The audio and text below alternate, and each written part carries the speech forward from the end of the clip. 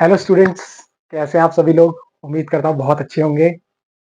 आज हम इस वीडियो में डिस्कशन करने जा रहे हैं एक ऐसे कॉन्सेप्ट पे जो कि बहुत ही इंटरेस्टिंग रहने वाला है और आपके सिलेबस के अकॉर्डिंग ये बहुत ही महत्वपूर्ण टॉपिक है। दोस्तों, आप बचपन से सुनते होंगे अपने आसपास के एनवायरनमेंट से, सोशल मीडिया के माध्यम से, प्रिंट मीडिया के माध्यम से, मूवीज में, अलग-अलग संचार माध्यमों के द्वारा आप ये सुनते होंगे कि भारत एक लोकतांत्रिक समाज है, भारत एक लोकतांत्रिक देश है और हम उस लोकतांत्रिक समाज के समान नागरिक हैं। और अक्सर हम लोग ये जानते भी हैं कि किसी भी लोकतांत्रिक समाज में जो वहाँ की शासन व्यवस्था है वो एक संविधान के माध्यम से चलती है और वही संविधान उस देश के नागरिक को कुछ अधिकार देता है। ऐसे ही हम भारत के नागरिकों को भारतीय संविधान कुछ अधिकार प्रदान करता है, जिनको हम कई बार मौलिक अधिकार भी कहते हैं। और मौलिक अधिकारों के बारे में आप लोगों ने सुना भी होगा, पढ़ा भी होगा। उन मौलिक अधिकारों में एक सबसे इंपॉर्टेंट जो अधिकार है, वो सुनने को मिलता है आपको, समानता का अधिकार। भारतीय संविधान ने भारत के हर एक नागरिक को समानता का अधिकार दिया है। जब आप भारतीय संविधान के आर्टिकल 14 से लेकर के 18 तक उसके बारे में पढ़ते हैं, तो आपको पता चलता है कि भारत के नागरिकों को समानता के क्या-क्या अधिकार प्राप्त हैं। पर समानता के अधिकार के बारे में पढ़ते हुए या समानता के अधिकार के बारे में चर्चा करते हुए, क्या आपने कभी ये सोचा है कि समानता का कॉन्सेप्ट क्या है? आखिर में समानता है क्या? हम तो जब से इस दुनिया में आए हैं, तब से अपने आस-पास जब भी ऑब्ज़र्व करते हैं, तो देखते हैं कि समाज में बहुत तरीके की असमानताएँ विद्यमान है। वो किसी भी तरह की हो सकती है। तो आज हम उस पे गहराई से विचार करते हुए समानता के कॉन्सेप्ट को अच्छे से क्लियर करेंगे। तो दोस्तों, हम में से कई लोग अगर सोशल मीडिया देखते हैं, मोस्टली सभी लोग देखते हैं, प्रिंट मीडिया में पढ़ते हैं या इलेक्ट्रॉनिक मीडिया में किसी न्यूज़ चैनल में पॉलिटिकल डिस्कशन सुनते हैं, तो हम लोग कई बार लोगों को ऐसा कहते हुए सुनते हैं कि समाज में कई तरीके की असमानताएँ हैं और समाज तभी विकसित समाज माना जाएगा जब वहाँ पर लोगों के बीच में समानता होगी। और हम में से कई लोग ये स्वीकार भी करते हैं कि एक विकसित, एक अच्छे समाज में लोगों के बीच में समानता होती है। लोगों को समान ट्रीट किया जाता है, लोगों को इक्वल इक्वल ट्रीटमेंट दिया जाता है। पर हमने अगर समानता के विचार पे अगर गहराई से अध्ययन किया हो, तो हमें आए दिन ऐसी खबरें सुनने को मिलती हैं कि भारतीय समाज में X% लोगों के पास X% धन इकट्ठा है या किसी X जाति के व्यक्ति ने किसी X जाति के व्यक्ति के साथ जातिगत आधार पर भेदभाव किया या किसी X समुदाय के व्यक्ति ने किसी Y समुदाय के व्यक्ति के साथ धार्मिक आधार पर भेदभाव किया। तो ये सारे मुद्दे जो हैं, वो समानता के विचार से ही जुड़े हुए हैं। और अगर हम में से कोई समानता के विचार पर गहराई से सोचे, तो उसके मन में कुछ सवाल समानता से रिलेटेड आने लाज़मी है। उनमें से कुछ सवालों को मैंने यहाँ बोर्ड पे लिखा है। जैसे अगर हम समानता के बारे में गहराई से सोचें, तो पहला सवाल तो यही आएगा कि हमें समानता क्यों चाहिए? और दूसरा सवाल जो सबसे इम्पोर्टेंट है, वो है कि समानता के कितने प्रकार हमें देखने को मिलते हैं? मतलब किस-किस तरीके की समानता होनी चाहिए समाज में? या अगर समानता के कितने रूप हमें देखने को मिलते हैं? और जो तीसरा प्रश्न सबसे इम्पोर्टेंट है, वो है कि हमें किस चीज़ की समानता चाहिए? तो ये तीनों ही प्रश्नों पर विचार करते हुए हम समानता के सिद्धांत को समझेंगे कि समानता का सिद्धांत है क्या? तो समानता के इस विचार के बारे में चर्चा को आगे बढ़ाते हुए हम समानता से रिलेटेड सबसे पहले प्रश्न पर विचार करते हैं कि हमें समानता क्यों चाहिए? समानता का जो ये विचार आज हमें पढ़ने को, सुनने को, देखने को मिलता है, वो समानता का विचार हमेशा से एग्जिस्ट में नहीं रहा है। इक्वलिटी का ये कॉन्सेप्ट हमेशा से अस्तित्व में नहीं रहा है। समानता का ये विचार एक आधुनिक विचार है। ये प्राचीन समाजों में या मध्यकालीन समाजों में देखने को हमें नहीं मिलता था। और आपको बता दूं कि समानता का जो ये कॉन्सेप्ट है, इसका जो उद्भव हुआ है, वो यूरोप में हुआ है। यूरोप में जब 15वीं, 16वीं और 17वीं शताब्दी में पुनर्जागरण काल की शुरुआत हुई, तब समानता का कॉन्सेप्ट अस्तित्व में आना शुरू हुआ। इससे पहले यूरोपीय समाज में भी जिस तरीके की असमानताएं देखने को मिलती थी, उन्हें प्राकृतिक मान लिया जाता था। समानता का कोई कॉन्सेप्ट एग्जिस्ट ही नहीं करता था। और जो भी असमानताएं हमें यूरोप के तत्कालीन समाज में देखने को मिलती है, मध्यकालीन समाज में देखने को मिलती है, उनको प्राकृतिक या धार्मिक आधार पे जस्टिफाई ठहरा दिया जाता था। आपने ये बात पढ़ी होगी कि फ्रांस की क्रांति से पहले फ्रांस का समाज कई वर्गों में बटा हुआ था, और फ्रांस की क्रांति से पहले समाज में डिफरेंट डिफरेंट वर्ग बने हुए थे। इनको प्राकृतिक मानकर व्यक्ति एक्सेप्ट कर लेते थे, वहां के लोग एक्सेप्ट करते थे, और समानता का विचार एग्जिस्ट ही नहीं करता था। कि समाज में जो हमारे आसपास असमानताएं हमें देखने को मिलती है, उस पर कोई क्वेश्चन नहीं उठाते थे, उस पर कोई प्रश्न ही नहीं करते थे कि वो जायज भी है या वो नाजायज है। इसलिए आपकी जानकारी के लिए बता दूं कि ये जो समानता का कॉन्सेप्ट है, ये यूरोप में पुनर्जागरण काल के बाद अस्तित्व में आया, और इससे पहले यूरोप में भी समानता का विचार एग्जिस्ट ही नहीं करता था।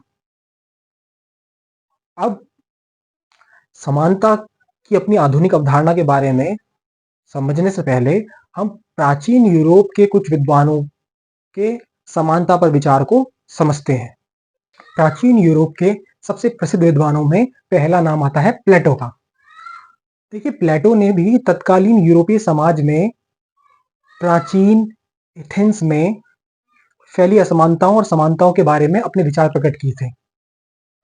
तो समानता एवं असमानताओं के बारे में अपने विचार प्रकट करते समय प्लेटो ने बताया कि प्रकृति ने मानव के अंदर 3 गुण दिए हैं, और वो 3 गुण प्लेटो बताते हैं, वो है बुद्धि, विजडम, साहस, करेज, तृष्णा, एपेटाइट।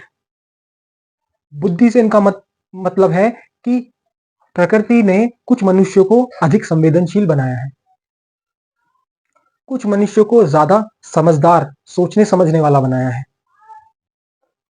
साहस, करेज से प्लेटो का मतलब था कि प्रकृति ने कुछ मनुष्य ऐसे भी बनाए हैं जो बहुत ही साहसी नेचर के होते हैं, बहुत ही करेजियस होते हैं, जो कहीं जरूरत पड़ने पर लड़ने भिड़ने के लिए तैयार रहते हैं और काफी बहादुरी वाले कार्य करते हैं। ऐसे ही तीसरे नंबर का जो तत्व उन्होंने बताया वो है तृष्णा, एपेटाइट। एपेटाइट का मतलब है कि समाज में हमें इस तरीके के भी लोग देखने को मिलते हैं जिनमें की तृष्णा वाला तत्व हावी होता है। जो लोग केवल आर्थिक संसाधनों को या भौतिकवादी वस्तुओं के पीछे ही अपना जीवन बिता देते हैं, उनको प्राप्त करना ही अपने जीवन का उद्देश्य समझते हैं।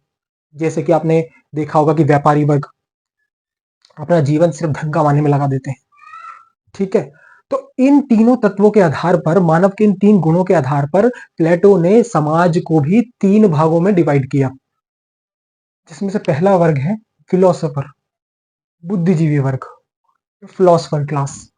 दूसरा वर्ग आता है वॉरियर क्लास, सैनिक वर्ग, और तीसरा वर्ग आता है प्रोड्यूसर, उत्पादक वर्ग, प्रोड्यूसर क्लास। तो प्लेटो ने क्या किया कि ये माना कि प्रकृति ने इन तीनों गणों का विभाजन व्यक्तियों में अलग अलग प्रकार से किया है, अलग अलग मात्रा में किया है।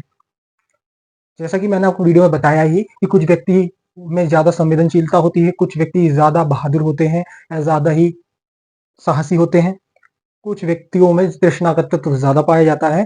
तो उन व्यक्तियों को समाज में प्लेटो ने अलग अलग वर्गों में विभाजित कर दिया, जिसमें से बुद्धि वाले तत्व के व्यक्तियों को प्लेटो ने क्या किया, फिलोसफर क्लास में रखा।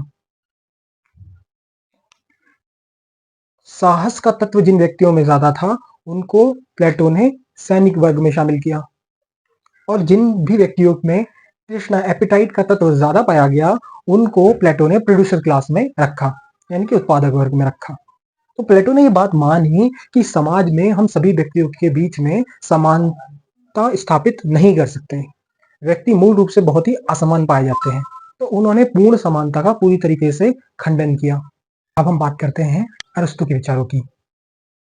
देखिए, अरस्तु के समानता एवं असमानता के संबंध में क्या विचार है, आइए हम उसको समझते हैं। तो अरस्तु क्योंकि प्राचीन यूरोप के एथेंस नामक एक नगर राज्य के प्रसिद्ध विचारक थे, तो उन्होंने ऐसा माना कि प्रकृति ने प्रत्येक मनुष्य को समान योग्यताएं नहीं दी है। प्रत्येक व्यक्ति में प्रकृति ने अलग अलग तरीके की योग्यताएं दी हैं। उन योग्यताओं के आधार पे अरस्तु ने क्या किया, समाज को दो वर्गों में बांटा। समाज के उन दोनों वर्गों में से पहला जो वर्ग है वो है शासक वर्ग, यानी कि नागरिक। इस वर्ग में अरस्तु ने उन व्यक्तियों को रखा जो अरस्तु ऐसा मानते थे कि प्रकृति ने इनको सोचने समझने की ज्यादा क्षमता दी है। तो अरस्तु ने क्या किया, ऐसे लोगों को शासक वर्ग में रखा और नागरिक कहलाए ऐसे लोग। ये लोग प्राचीन एथेंस के तत्कालीन समाज के लिए नीति निर्माण का कार्य करते थे। इसलिए अरस्तु ने ऐसे व्यक्तियों को शासक वर्ग में रखा, रूलिंग क्लास कहा। परंतु जिन व्यक्तियों को प्रकृति ने इस तरीके की संवेदनशीलता, बुद्धिमत्ता नहीं प्रदान की, ऐसे लोगों में अरस्तु ने महिलाओं को रखा, दासों को रखा और विदेशियों को बताया। और उस समय के 40 वर्ष से कम उम्र के व्यक्तियों को शासित वर्ग की श्रेणी में रखा। इन चारों कैटेगरी के जो लोग हैं उनको अरस्तु ने क्या किया, शासित वर्ग में इसलिए रखा क्योंकि अरस्तु ऐसा मानते थे कि इन लोगों में शासन करने की कला नहीं है और प्रकृति ने इनको शासन करने की योग्यता प्रदान नहीं की है। इसलिए अरस्तु के इन विचारों से हमें पता चलता है कि अरस्तु भी जो है उस समाज में समान सभी व्यक्तियों के साथ समान व्यवहार के समर्थक नहीं है, और वो मान के चलते हैं कि प्रकृति द्वारा व्यक्तियों को अलग अलग तरीके की प्रतिभाएं प्रदान की गई है। इसलिए जो व्यक्ति ज्यादा प्रतिभावान है, ज्यादा बुद्धि वाले हैं, उन लोगों के साथ अलग व्यवहार किया जाना चाहिए, और जो थोड़े कम बुद्धि वाले हैं, जो शासन नहीं चला सकते हैं, उनके साथ अलग व्यवहार किया जाना चाहिए। इसलिए अरस्तु ने कॉन्सेप्ट दिया कि समान व्यक्तियों के साथ समान व्यवहार और असमान व्यक्तियों के साथ असमान व्यवहार। तो जब अरस्तु के इन विचारों से हमें पता चलता है कि अरस्तु पूरी तरीके से समानता या समानता के आधुनिक विचार के समर्थक नहीं माने जाते हैं। दोस्तों, अब हम लोग प्राचीन कालीन यूरोप से सीधा आते हैं आधुनिक कालीन यूरोप की तरफ। दोस्तों, स्टार्टिंग में मैंने वीडियो में ही बता दिया था कि मध्यकालीन यूरोप में जिस भी तरीके की असमानताएं फैली हुई थी, उनको कुछ ऐसे विचारक होते थे, ऐसी विचारधाराओं का प्रचलन होता था जो कि इन असमानताओं का समर्थन करते थे। ऐसे विद्वान मध्यकालीन यूरोप में पाए जाते थे। वो समाज में फैली हुई असमानताओं को प्राकृतिक आधारों पर या फिर धार्मिक आधारों पर वैध ठहराते थे।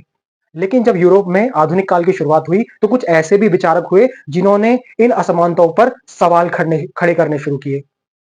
उन्होंने इन असमानताओं का गहराई से अध्ययन किया और इन असमानताओं का गहराई से अध्ययन करते हुए उन्होंने समानता के सिद्धांत के पक्ष में बेहतरीन तर्क गढ़े। उन्हीं विचारकों में से एक प्रमुख विचारक हैं रूसो। रूसो आधुनिक काल यूरोप के आधुनिक कालीन ऐसे विचारक हैं जिन्होंने 18वीं शताब्दी में समानता के पक्ष में अपने विचार दिए। उन्होंने क्या किया कि सबसे पहले समानता के पक्ष में अपने विचार गढ़ने के लिए अपने आसपास की असमानताओं का अध्ययन किया। उन्होंने उन असमानताओं का अध्ययन करने के बाद समाज में फैली असमानताओं को दो वर्गों में बांटा। उन्होंने इसके लिए एक किताब भी लिखी। उस किताब का नाम है a discourses on the origin of inequalities, जो कि 1955 में उन्होंने लिखी। और इसी किताब में उन्होंने बताया कि समानताएं जो हमारे समाज में फैली हुई है, इनको हम दो श्रेणियों में रख सकते हैं। वो दो श्रेणियां कौन सी हैं? वो है प्राकृतिक असमानता और पारंपरिक असमानता। समानता के पक्ष में अपने तर्क गढ़ने से पहले उन्होंने बहुत ही तरीके से, बहुत ही गहराई से उन्होंने क्या है, असमानता का अध्ययन किया। और प्राकृतिक असमानताओं में उन्होंने ऐसी असमानताओं को रखा जो कि प्रकृति द्वारा मानवों में प्रदान की गई है। जैसे कि आपको कुछ मनुष्य काले देखने को मिलते हैं, कुछ गोरे देखने को मिलते हैं, कुछ ऐसे मनुष्य देखने को मिलते हैं जो कि बुद्धि में बहुत ही तीव्र हो, तेज हो, धनवान हो बुद्धि में, और कुछ ऐसे भी आपको मनुष्य देखने को मिलते हैं जो बहुत ही मंदबुद्धि होते हैं। कुछ मनुष्य शारीरिक रूप से बहुत ही हष्ट-पुष्ट पाए जाते हैं, बहुत ही मजबूत पाए जाते हैं, परंतु कुछ मनुष्य ऐसे भी देखने को मिलते हैं जिनकी शारीरिक संरचना बहुत ही कमजोर होती है। तो इस तरीके की असमानताओं को क्या किया, रूसो ने प्राकृतिक असमानताओं की श्रेणी में माना, और ये माना कि इन असमानताओं में किसी भी तरीके का बदलाव करना संभव नहीं है, क्योंकि ये जो असमानताएं हैं ये भगवान ने बनाई है या प्रकृति ने बनाई है।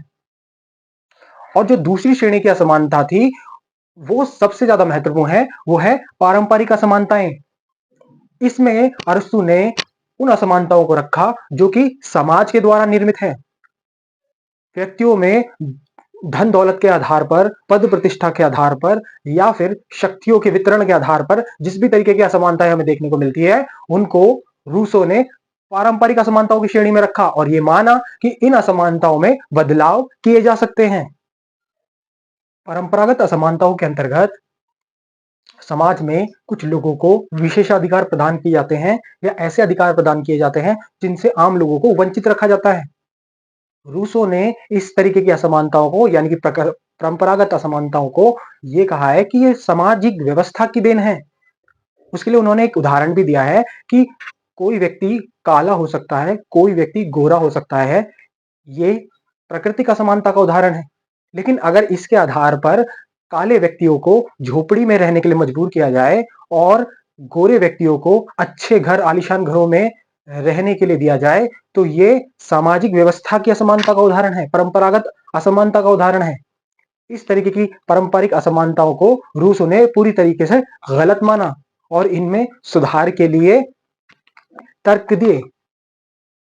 और असमानता का ये परंपरागत क्षेत्र यही समानता के सिद्धांत के समर्थन के लिए बहुत ही महत्वपूर्ण माना गया। जब हम समानता के सिद्धांत के आधार पर यह तर्क देते हैं कि गोरे या काले व्यक्तियों को एक जैसी शिक्षा, पद प्रतिष्ठा, धन संपदा या सुख सुविधाएं प्राप्त करने के एक जैसे अवसर एवं सुविधाएं मिलनी चाहिए, तब हमारा इससे अर्थ ये होता है कि हम सामाजिक व्यवस्था में परंपरागत असमानताओं में सुधार करने की मांग कर रहे हैं।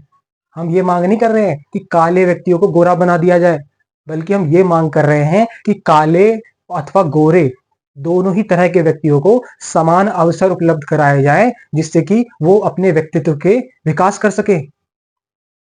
इसलिए रूसो का एक बहुत ही अच्छा स्टेटमेंट है जो कि मैंने यहाँ पीछे बोर्ड पे भी लिखा हुआ है। वो है, रूसो के विचार में प्राकृतिक विषमता अधिकांश अटल होती है, परंतु परंपरागत असमानताओं में बहुत हद तक परिवर्तन लाया जा सकता है।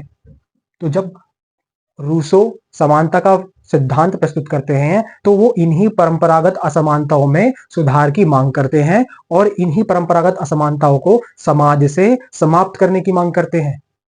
रूसो के इन्हीं विचारों का प्रभाव हमको 1789 में हुई फ्रांस की क्रांति में सीधे तौर पर देखने को मिलता है। 18वीं शताब्दी के अंत में हुई अमेरिकी क्रांति जो कि 1776 में हुई और 1789 में हुई फ्रांस की क्रांति ने समानता के सिद्धांत को आधुनिक समाज का आधार बनाने में बहुत ही महत्वपूर्ण भूमिका निभाई और इन दोनों ही क्रांतियों ने समानता के सिद्धांत को पूरे विश्व में फैलाने में भी बहुत ही अहम रोल अदा किया। फ्रांस की तो क्रांति ही इन तीन मूल्यों स्वतंत्रता, समानता एवं बंधुत्व के मूल्यों पर आधारित थी और फ्रांस की क्रांति के बाद का जो समाज था वो इन्हीं तीनों मूल्यों के आधार पर खड़ा हुआ और इन्हीं तीनों मूल्यों को फ्रांस की क्रांति के बाद के समाज ने अपने समाज का आदर्श बनाया। अब हम थोड़ी चर्चा करते हैं कार्ल मार्क्स के विचारों के ऊपर। दोस्तों, कार्ल मार्क्स ऐसे विचारक हैं जिनका जन्म 19वीं सदी में जर्मनी में हुआ। कार्ल मार्क्स ने उस समय तत्कालीन यूरोप में 19वीं शताब्दी में पश्चिम यूरोप के कुछ देशों में फैली आर्थिक असमानताओं के बारे में चर्चा करते हुए बताया कि इस तरीके की असमानताएं पूंजीवादी व्यवस्था की देन है और पूंजीवादी अर्थव्यवस्था का कार्ल मार्क्स ने पूरी तरीके से विरोध किया और क्रांति का सिद्धांत देते हुए ये माना कि अंत में साम्यवाद की स्थापना से ही समाज में समानता लाई जा सकती है और अपने साम्यवादी समाज की कल्पना में समानता के सिद्धांत को उन्होंने महत्वपूर्ण स्थान दिया। तो इस लिहाज से हम देख सकते हैं कि कार्ल मार्क्स ने समानता के सिद्धांत को बहुत ही महत्वपूर्ण माना और अपने विचारों में उसे प्रथम स्थान दिया और अपने आदर्श साम्यवादी मॉडल का आधार समानता के सिद्धांत को बनाया, जिससे कि पूरे विश्व में समानता का सिद्धांत बहुत ही महत्वपूर्ण सिद्धांत के रूप में उभर कर सामने आने लगा। अब हम लोग आते हैं समानता से संबंधित हमारे दूसरे प्रश्न की तरफ। दूसरा प्रश्न हमारा है कि समानता कितने तरह की होती है। तो वीडियो के स्टार्टिंग में ही मैंने आपको समानता से संबंधित 3 प्रश्नों के बारे में बताया था। पहले प्रश्न के बारे में हमने डिस्कशन किया। अब हम बढ़ते हैं दूसरे प्रश्न की तरफ। दूसरे प्रश्न के अंतर्गत समानता के कितने प्रकार पाए जाते हैं। उनमें है आर्थिक समानता, कानूनी समानता, राजनीतिक समानता या सामाजिक समानता। इन 4 तरीके की समानता की हम बात करते हैं या इन 4 तरह की समानता के रूप हमको पाए जाते हैं। सबसे पहले हम बात करेंगे कानूनी समानता के बारे में। कानूनी समानता से आप क्या समझते हैं? कानूनी समानता के अंतर्गत सभी व्यक्तियों को कानून के समान संरक्षण दिया जाता है और कानून के समक्ष समान माना जाता है। अगर आप भारतीय संविधान का आर्टिकल 14 पढ़ेंगे तो उसमें यही लिखा है कि भारत के प्रत्येक नागरिकों को कानून के समक्ष समान माना जाएगा और भारत के प्रत्येक नागरिक के साथ प्रत्येक नागरिक को कानून का समान संरक्षण प्रदान किया जाएगा। तो कानूनी समानता से हमारा अर्थ ये है कि किसी भी व्यक्ति या समूह को कानून से ऊपर नहीं माना जाएगा और कानून सभी के लिए समान होगा। किसी भी व्यक्ति या किसी भी समूह को अलग से ट्रीटमेंट नहीं दिया जाएगा या विशेष अधिकार नहीं प्रदान किए जाएंगे। अब आप में से कई सारे लोगों के मन में ये बात या ये प्रश्न आना स्वाभाविक है कि अगर भारत का संविधान हमें आर्टिकल 14 के तहत हर व्यक्ति को समान मानता है तो फिर आरक्षण जैसी व्यवस्था क्यों है? क्यों जाति, धर्म, लिंग के आधार पर भारत में लोगों को स्पेशल ट्रीटमेंट मिलता है या क्षेत्र के आधार पर? तो फिर कहां हमारे देश में कानून सभी व्यक्तियों को समान मानता है? तो आपको बता दूं कि कानून की समानता का जो ये विचार है वो ये बोलता है कि जो कानून में सभी व्यक्ति सबको समान माने और अगर किसी भी तरीके का भेदभाव कानून करेगा तो उसके पीछे कोई तार्किक आधार होना चाहिए। वैसे तो कानून सभी व्यक्तियों को समान मानता है, लेकिन अगर जरूरत पड़े ऐसी तो कानून कुछ व्यक्तियों को स्पेशल प्रिविलेज दे सकता है, लेकिन उसके पीछे कोई तर्कसंगत आधार होना जरूरी है।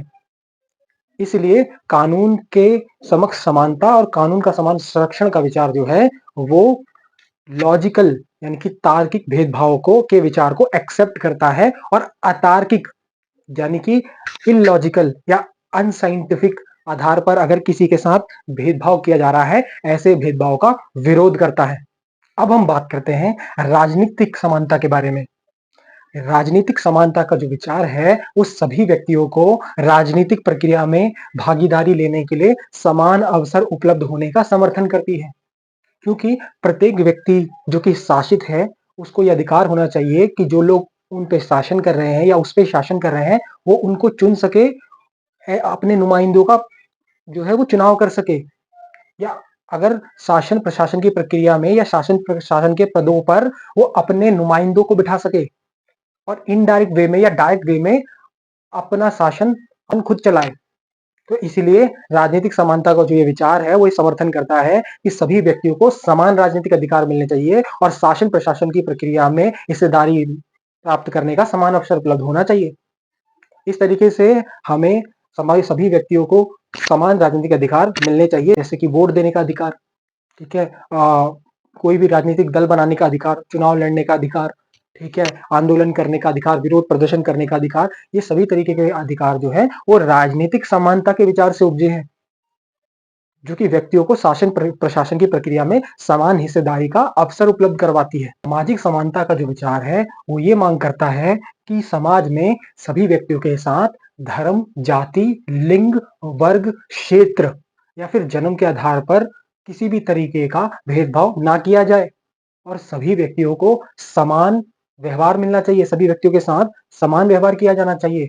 अगर आप भारतीय संविधान का आर्टिकल 15 यानी कि अनुच्छेद 15 पढ़ेंगे तो उसमें समानता के इसी अधिकार का वर्णन किया गया है, जो कि भारत के प्रत्येक नागरिक को समानता का अधिकार देता है सामाजिक रूप से, कि किसी भी व्यक्ति के साथ धर्म, जाति, लिंग, वर्ग या फिर क्षेत्र के आधार पर किसी भी तरीके का भेदभाव निषेध किया गया है। अब हम चलते हैं आर्थिक असमानता की तरफ या आर्थिक समानता के अपने विचार की तरफ, जिसमें कि ये मांग की गई है कि सभी व्यक्तियों को समान मूलभूत प्राथमिक वस्तुओं की उपलब्धता होनी चाहिए, अर्थात कि व्यक्तियों के पास उनकी मूलभूत आवश्यकताओं की पूर्ति के लिए जरूरी संसाधन उपलब्ध होना चाहिए। हर व्यक्ति के पास कम से कम रोटी, कपड़ा, मकान जैसी मूलभूत सुविधाएं तो उपलब्ध ही होनी चाहिए। बिना इन सुविधाओं के कोई भी व्यक्ति अपना व्यक्तित्व का विकास नहीं कर सकता।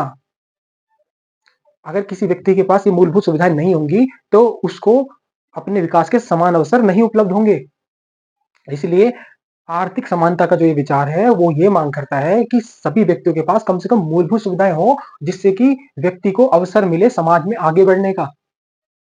और वो ये भी मांग करता है कि समाज में इतनी असमानताएं न स्थापित हो जाए कि अमीर व्यक्ति गरीब व्यक्ति को खरीद ले और गरीब व्यक्ति अपने आप को बेचने के लिए मजबूर हो जाए, जैसे कि रूसो ने भी कहा था। इसलिए आर्थिक समानता का विचार ये मांग करता है कि समाज में कम से कम इतनी ही असमानता होनी चाहिए जिससे कि समाज सुचारू रूप से चल सके और समाज में स्थायित्व कायम रहे। समानता से संबंधित अब हम अपने अगले वीडियो में समानता के तीसरे प्रश्न के बारे में चर्चा करेंगे, जैसा कि ऊपर लिखा है पार्ट 2।